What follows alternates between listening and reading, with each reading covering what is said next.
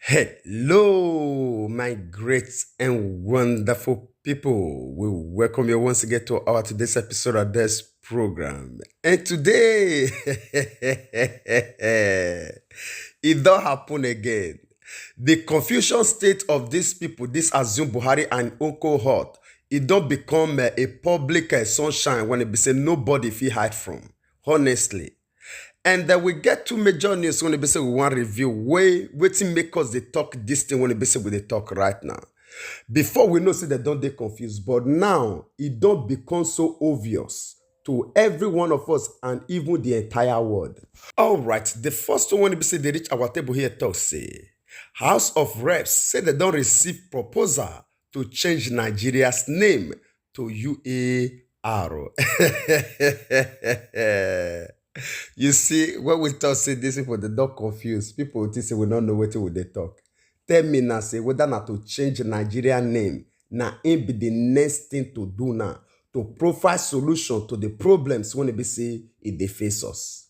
Now to change this name of Nigeria, now in want tackle insecurity, to change the name of Nigeria, now in want make these people order their soldiers and their police to do the right things, to go against Boko Haram and terrorists, leave the peaceful protesters, people when they say they agitate for their lives.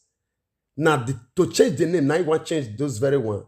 Now to change the name of Nigeria, now you want to make these people fall back to the original economy when they say yes, we don't already depend on right from the beginning. When they say they don't neglect.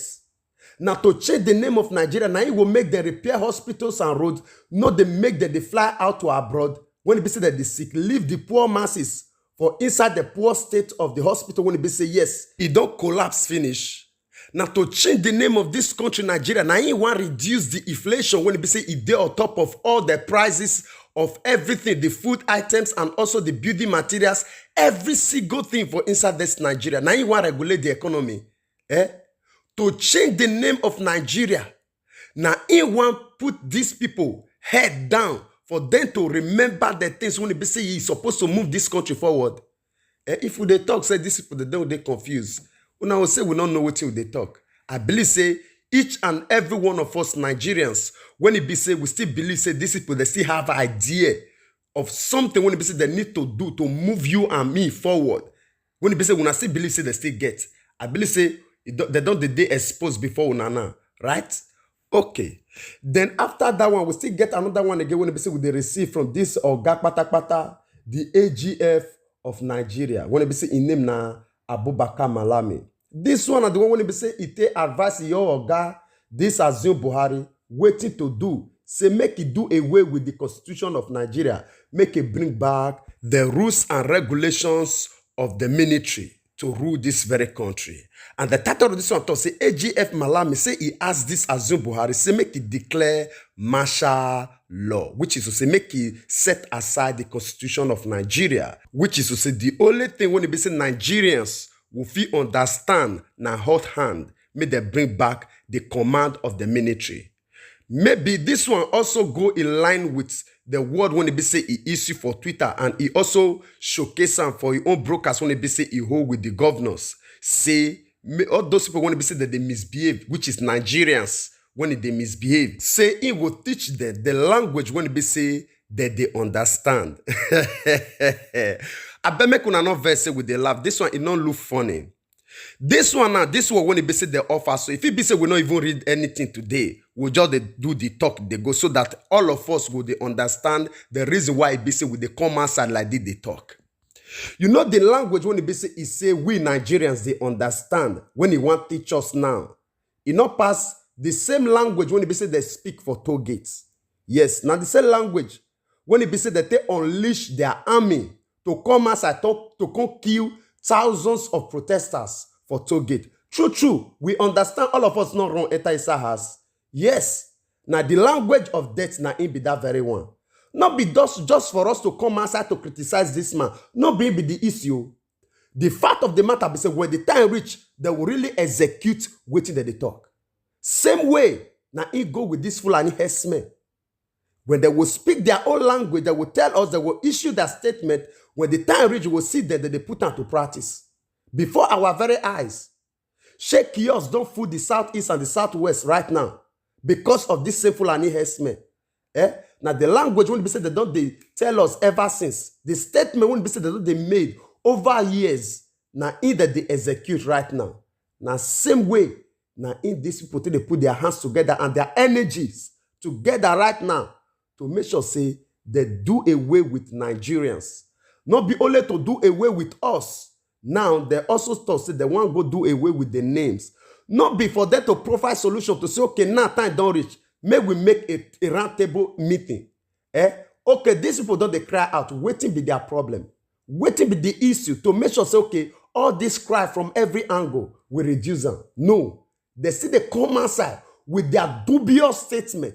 They address Nigerians in such a manner. Say may Buhari come outside with a martial law to treat Nigeria. This one is Attorney General of the Federation. The person when is supposed to speak to Nigerian, come outside to console Nigerian on behalf of this Azu Buhari. If I thought say this Azu Buhari not go school and you know they hear word. This one a person when say is supposed to stand for the nation, even inside and outside. Now he come outside, they advise this ghost walking man for this kind of manner. The question when it be say if they simple, when would they ask these people? Waiting it will take them for them to talk, say, may somebody help us. Waiting it will take these people to ask and seek for advice for the things when it be say they not fit do.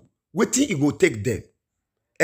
Why these people not become humble to their own failure, to accept their own defeat and ask for advice? Simple advice. For the few days when it be say it remain for them.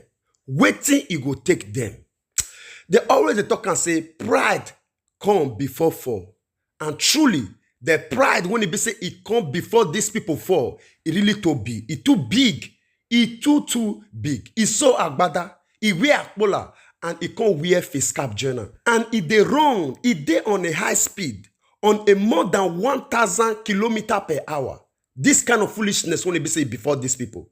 Because then they say not fit catch up with the foolishness. If they are ahead of them. Now the reason why it be say they not fit realize their own mistake to turn back. To make sure say yes, they do things when it be say it they right. And to the other hand, to the representatives and also the senators, when it be said that they come outside with all this kind of idea to say now, for the things when it be said that before this country say now to change the name of Nigeria, say now it will be the solution. They themselves that they blind. I bet say these people that thought say they be lawyers, say they go school. I don't know, say the senses and the wisdom when it be said they acquire for that school, say now back of their ear, now in day. It's not there for their head. Because if it's there for their head, they're supposed to use the reason according to the way when it be said God asked them to use that sense. And again, their brain as they sit down on top of those chairs for inside those halls, now so that they sit down on top of their brain. Truly, now the reason why it be said, that they active anytime when it be said that they deliberate upon matters. Yes, because if they active, that they reflect to their own brain.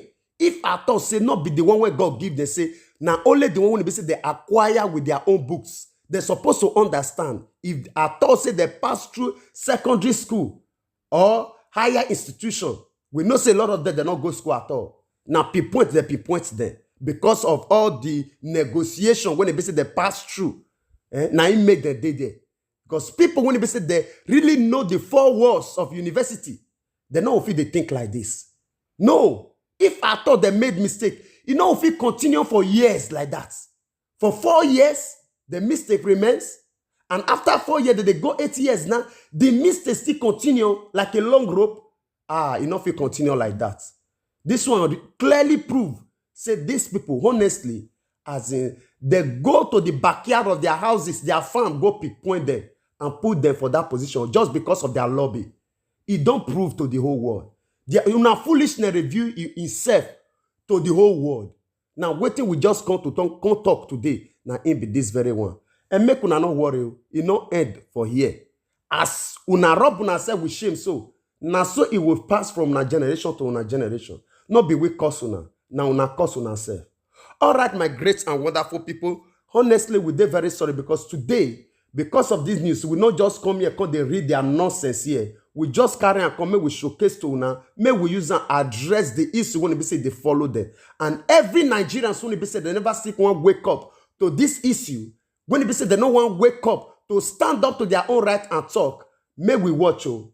As they don't issue this statement now, anytime, any day, you will see that they put into practice. Because now waiting, they understand, waiting, they get the ability to do, now in be this very one. The earlier we realize this issue and stand to revolt against these people, the better for each and every one of us. May we not think or assume, say, it will come to normality by its own self. No. Now we must do it, either by fire or by force. Honestly, now the way when it be say it they go, now it be this one. All right, I will leave una make una do the rest for us for the comment section. And before then, in case you didn't the first one episode they hear about us on the channel be this, we say you are highly welcome. I bet make una not forget to help us hit that subscribe button. And also the small bell when it be say they near, so that anytime when it be say we bring a new update, you know go suffer to look for it, it will only come to you like a message. And our prayer remember say, they say we want to be to support us on the channel. Now they say we want God with the same people when we support you for everything when good when you put your hands to do. In Jesus' mighty name, amen. And you when you don't already be part of this great family, when they say they help or they share this book as anytime when they make them, God Almighty will bless you. Your effort towards us on the channel will not take for granted at all. We really appreciate you. I beg make you not forget to help us share this very one so that if you see reach our brothers and sisters all over the world. Because we believe on one thing, say information, now power. And as you do so, God Almighty will bless you. We would like to draw the conclusion of this program here. We will see you again when we see you. Remember, we love you all. Bye-bye.